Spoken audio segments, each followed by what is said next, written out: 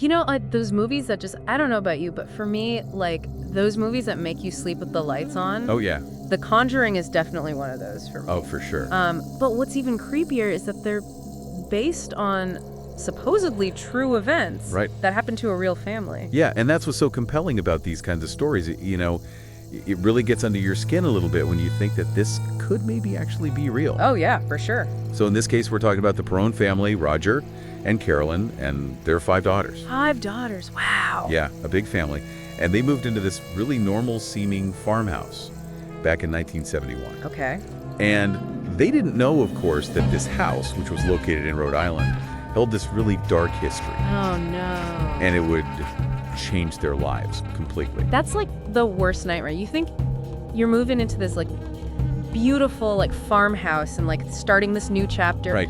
And then all this crazy stuff starts happening. Exactly. From what I've read, they started noticing things almost immediately. Like just weird things. Yeah, like what kinds of things? Well, there were foul smells, and then things would go missing. Oh, that's creepy. And then they kept seeing these shadowy figures, like in the corner of her eyes and stuff. I can't even imagine. I know. And one of the daughters, Andrea, she said, quote, "At first, we thought they were segments of our imagination, but very soon we realized we were not alone." Yeah, I mean, those initial experiences, those little subtle hints that something is off, can be so unsettling. Oh, yeah. Just imagine, like, how it would impact you psychologically. Yeah. Like, just that growing unease and that creeping doubt. Right. It's like beyond just like a couple creepy floorboards. Exactly. Something unseen is invading your space. Totally. And to make it even worse, the land itself had this really disturbing history. Oh, really? Yeah, we're talking generations of tragedies. Oh, wow. Like what? Unexplained deaths, suicides, people vanishing without a trace. Oh, my goodness. It makes you wonder if the land itself was like infected or something. Yeah, that's where things get really interesting because there are actually theories that suggest that traumatic events can kind of leave behind a residual energy or a psychic imprint. Like a stain? Kind of. Yeah, imagine it like this. Intense emotions, they can leave a mark on a place. That's terrifying. Right? Almost like an echo that lingers long after the event itself. Okay, now I'm getting goosebumps. So Yeah. you're saying this residual energy that could be the source of what the parents were experiencing.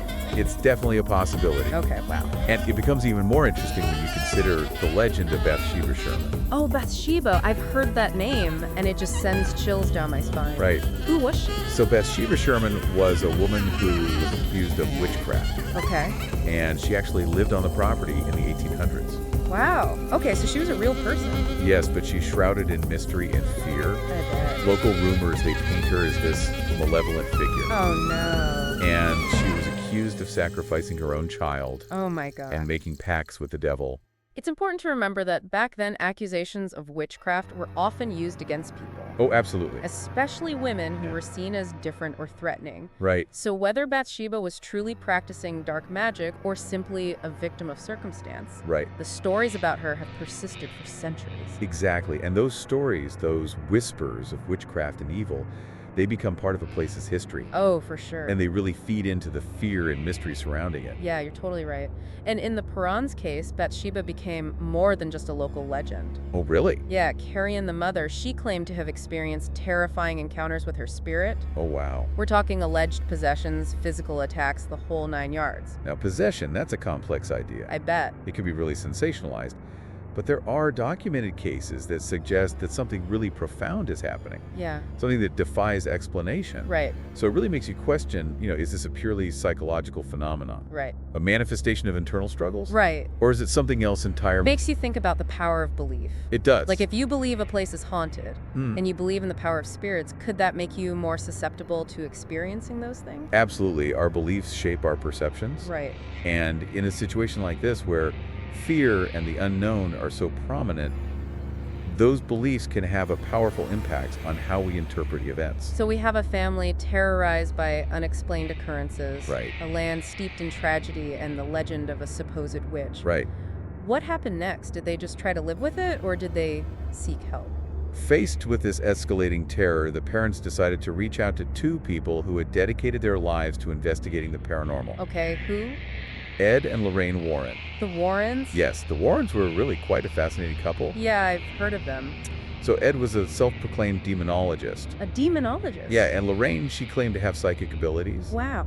which allowed her to communicate with spirits. So they'd investigate a lot of cases, right? Oh yeah, countless cases. But the Perron case would become one of their most famous and controversial. Definitely. So what did the wardens think about the Perron's claims? Did they believe the house was truly haunted? Well, their assessment was pretty chilling. Okay. They declared the house to be infested with malevolent spirits, Oh, wow. with Bathsheba as the dominant force. So they went all in. Yeah, and their investigation, it involved using all kinds of tools and techniques.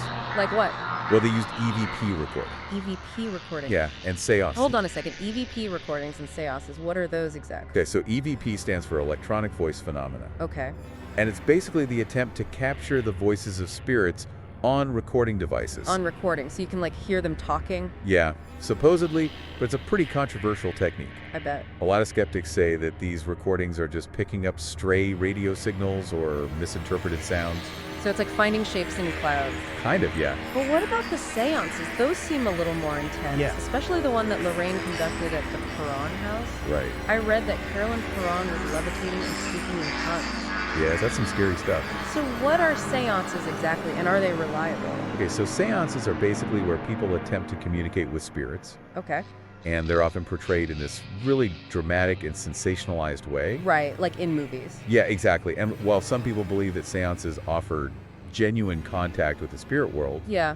others see them as more like psychological exercises, or in some cases even outright hoaxes. Okay, so it's hard to know what to believe. It is. Especially with all the hype surrounding the Warrens and their methods. Right. Some critics even say that they exaggerated or even fabricated evidence Yeah. to like make themselves more famous. That's true, and it's definitely important to approach their findings with a healthy dose of skepticism. Right. However, the Perron family, they've always maintained that their experiences were real, Okay.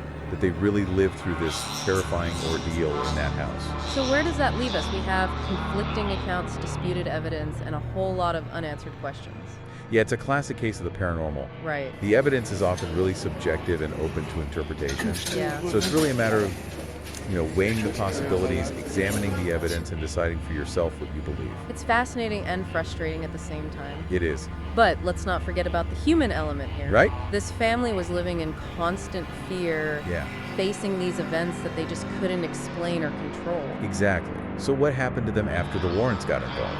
Yeah, what happened? Well, despite the Warrens' intervention and the dramatic events of the seance, the Perron family couldn't just up and leave. Really, why not? Financial constraints kept them trapped in that house for years. Oh, wow. They were forced to coexist with whatever was haunting them. That's heartbreaking. It is. Can you imagine the toll that must have taken on them? Oh yeah. Especially the children. Just imagine the impact on their sense of safety and security. Right. It raises all sorts of questions about the long-term effects of trauma, particularly when it's rooted in these experiences that are so difficult to explain or prove. And one of the daughters, Andrea, she later wrote a series of books about their experiences, Right. which served as the inspiration for the Conjuring movies. Yeah, have you read those? I haven't. Oh, you should check them out. Okay, I will. Do they offer any further insights into what the family went through? Yeah, I think so. Andrea's books, they provide a very detailed, Okay, albeit subjective account of their ordeal. okay. And what really struck me was this intense sense of isolation they felt. Isolation? Yeah, not only from the outside world, Okay. but also from each other. Oh, wow. Each family member experienced the haunting in very different ways. Oh, that's interesting. And that undoubtedly strained their relationships and added to the overall sense of confusion and fear. Right. It's a good reminder that these stories aren't just about spooky events. Totally. They're about the human beings Right. at the center of them. Exactly. And how those experiences really shape their lives. It also speaks to the power of storytelling itself. Yeah. Andrea's books, along with the Conjuring movies, they've really taken on a life of their own Right. and further blurred the lines between reality and fiction. Yeah, it's become like a modern day legend. Exactly. Retold and reinterpreted in countless ways. Yeah, this is where we get into the concept of a haunting transcending the physical location Okay. and becoming embedded in our collective consciousness. So that brings us to the present day. Right? The Rhode Island farmhouse is still standing. Yeah, did you know that? And believe it or not, the current owner claims that the paranormal activity continues. Really? It seems like some locations just become focal points for these kinds of stories. They do. Places where the veil between our world and the unknown feels thin. Right? Makes you wonder It does. if these places are genuinely haunted Yeah. or if it's the stories themselves Right. passed down through generations that contribute to these phenomena. So what are we supposed to make of all this? Is the Perron house truly haunted by the spirit of Bathsheba Sherman? What? Or is there a more rational explanation for what they experienced? It feels like we're going in circles a little bit, you know? We have the historical context, we have the family's claims, the Warrens' investigation, and now even reports from the current owner. Right. It's a lot to process. It is. And I'm still not sure what to believe. Well, that's kind of the nature of these stories, isn't it? Yeah. They resist easy answers. Right. And I think that's part of their allure. Yeah. You know, they really challenge us to confront our own beliefs, Mm-hmm. to really examine the evidence and consider the possibility that there might be things in this world that we don't understand. Yeah, it's easy to dismiss it all as just superstition or, overactive imaginations. Right. But then you hear those firsthand accounts. Yeah. The sheer terror in their voices. And you can't help but wonder if there's something more to it. I think what's important to remember is that even if we approach this with a healthy dose of skepticism, Right?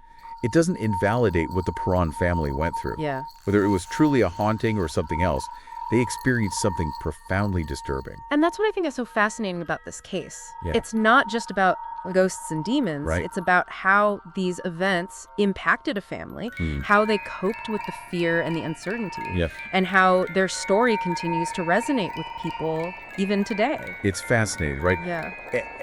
And this is where the psychology of belief comes into play. Okay. Why are we so drawn to these stories of hauntings and the paranormal? What is it about the unknown that both terrifies and fascinates us? I don't know. Maybe it's a way of confronting our own mortality. Maybe. Grappling with the idea that there might be something beyond this physical world. Or maybe it's the thrill of the unknown. Yeah. The excitement of exploring the mysteries that lie just beyond our understanding. Right, because there's a certain comfort in the familiar. For sure, and the things that we can explain and control. Right, but there's also a sense of wonder Definitely. and possibility in the unknown. Yeah. In the idea that there might be more to reality than we can perceive. I love that. So after diving deep into this case, Yeah. where do we land? Are we any closer to understanding what truly happened to the Perron family? I don't know if we have any definitive answers, Right. but I think we've gained a deeper understanding of the complexities involved. Okay. We've explored the historical context, the psychological factors, the power of belief, and this sort of enduring fascination with the paranormal. So it's a reminder that the world is full of mysteries. It is. And sometimes the most compelling stories are the ones that leave us with more questions than answers. I think you're right. And ultimately, that's what makes these stories so engaging. They invite us to Yes. think critically, to question our assumptions, Yeah. and to keep an open mind to the possibility, Me even too. if they make us sleep with the lights on. Exactly. So for all of you listening at home, we'll leave you with this thought. Would you be brave enough to spend a night in a Perron family's farmhouse? Oh my gosh. Knowing its history? We'd love to hear your thoughts. And remember, whether you're a believing or skeptic, there's always something to learn from those stories that make us question the boundaries of what we think we know. Until next time, keep exploring the world with curiosity and a healthy dose of wonder.